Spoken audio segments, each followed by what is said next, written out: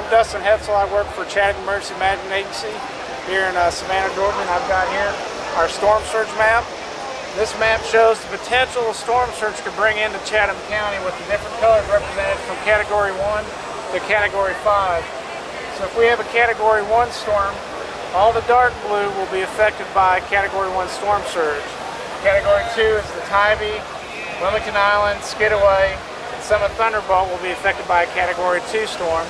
Category 3 storm will affect all the light blue, all the dark blue, and as well as all the yellow, which will affect it all the way out to I-95, all up around Garden City and Port Wentworth. Category 4 and 5 are the orange and the reds, which means the Category 5 would have to come into the county and start inundating the county with water. It'll flood it all the way out to Bloomingdale. It'll make the airport an island. It'll make the downtown area down to Hunter an island. And it'll also make the area around Pennsylvania Avenue an island as well.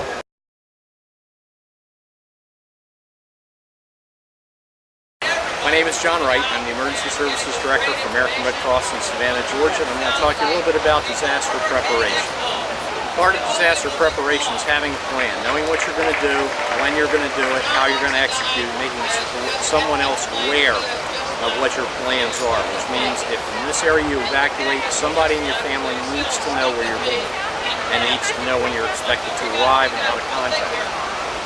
If you are going to evacuate, or if you remain in your home, as you might during a tornado, such as we had in June, then you're going to have to make some basic preparations in advance. It's not expensive, but it does have to be done in advance. Number one, you've got to be ready for interruption in normal services, such as electricity. So much is dependent on that. Your number one need is going to be food and water. So you need to make sure that there's adequate food for 3 days and adequate water for 3 days at a rate of 1 gallon per person per day. It doesn't have to be prepackaged water bought in the store. You can take bottles or containers and fill them up and make sure that you turn that water over approximately every 6 months. Bacteria will grow in the water. The other thing is food. And again, without electricity, you need to make sure that you've got prepackaged snack food that can be opened easily, and prepackaged food such as canned goods that don't need a can opener, and or even heater meals that you can actually have a hot meal even if you have no electricity. Now the other thing to remember is a can opener. If you've got cans on the shelves, you need a manual one. A lot of homes unfortunately do not have that. If you evacuate, you also need to make sure that you're ready to take all this stuff along. So having just a regular box or plastic bin, usually something waterproof, is a good thing to have and be ready to travel. During an emergency, cleanliness can be next to impossible. So you need to have things like wet ones or hand wipes, germicidal soap, hand sanitizer, and of course you want to make sure that you've got practical things to make sure that you can get by, whether you're traveling or staying at home.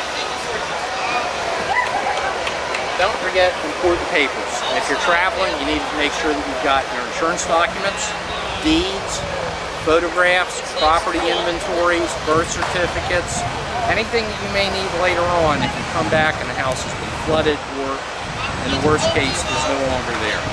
Make sure that you take those with you. And again, something waterproof and easy to find.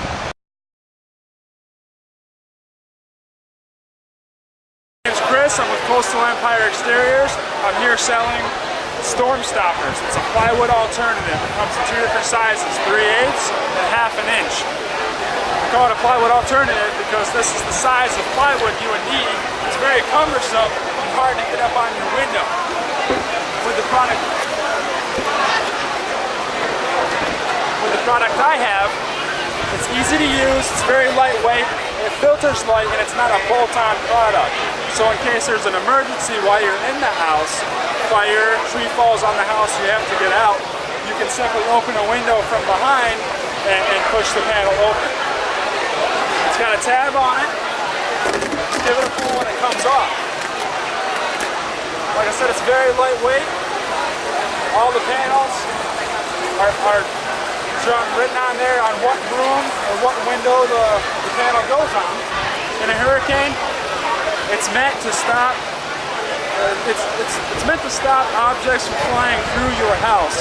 It doesn't guarantee that your window will not break behind it, but the 3/8 will help protect up to a Category 2, and our 1/2" Super will protect up to a Category 4.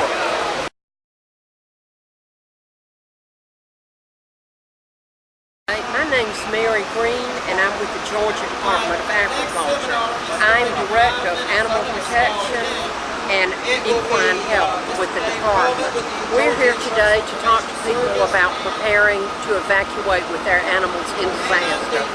We have prepared an evacuation kit, and we recommend that you have some kind of carry to put your animal in. Of course, animals today are part of the family, and so you want to make sure you take care of your pet. I have my pet dog here. He's got his identification tags on. I have at least a 3-day supply of food. I have a 3-day supply of water. I have a leash, and I also have a copy of his vaccination records. And my dog is on heartworm medication, so I am packing a supply of heartworm medication.